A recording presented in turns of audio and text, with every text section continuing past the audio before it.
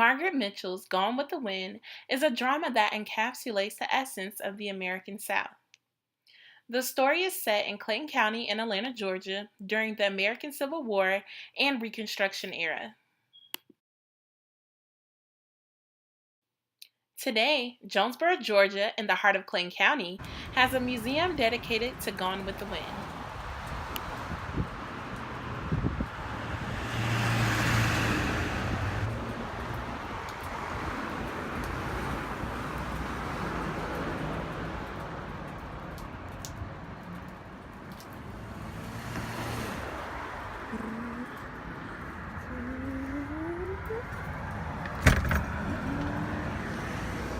Could you give us a little history about the museum? Yep. So the museum started in, I believe, 2000. It was brought down here to Jonesboro, and it was brought to Jonesboro because Clayton County is known as the official home of Gone with the Wind. It being where Margaret Mitchell wrote Tara as being the home of Scarlett O'Hara. She paid her taxes here. Margaret Mitchell also grew up coming down to Jonesboro. Her great-grandparents lived in the area, her grandparents, and she would visit during the summers, and that's kind of how she knew of the area and kind of wrote about the area in her book. And so here in the museum we have items from the 1939 Atlanta movie premiere. We have dresses that are replicas of Scarlett O'Hara's famous dresses. From the Civil War history that took place here, there was a big battle in the area, and so we have that information. We wanted to have the real history of the battles along with the movie and the book history that kind of people know the stories of. And we also, where I'm standing, we have a wall of book covers.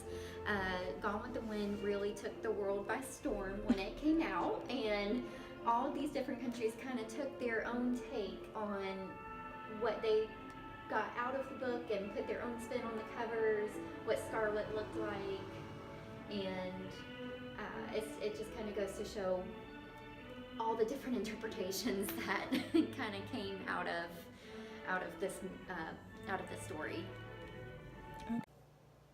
So tell me about a memory of Gone with the Wind.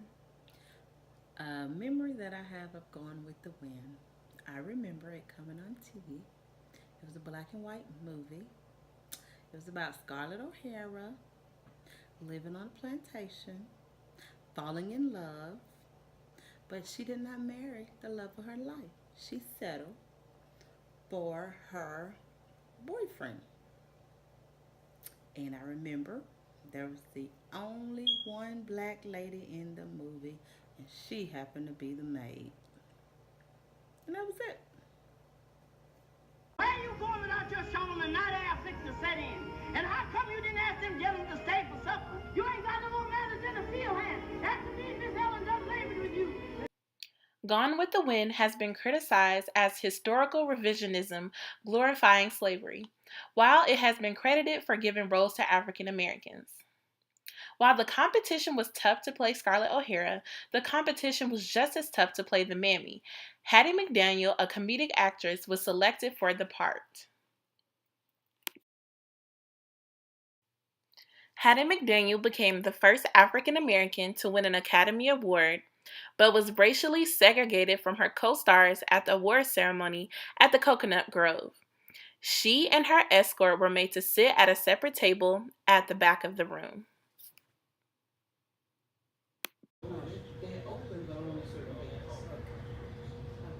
While many blacks were happy over McDaniel's personal victory, they also viewed it as bittersweet. They believed Gone with the Wind celebrated the slave system and condemned the forces that destroyed it. For them, the unique accolade McDaniel had won suggested that only those who did not protest Hollywood's systemic use of racial stereotypes could find work and success there. Vivien Leigh portrayed Scarlett O'Hara, the beautiful Southern belle in the 1939 film. Vivien was a breakout English actress that beat out many stars of the time, such as Katharine Hepburn.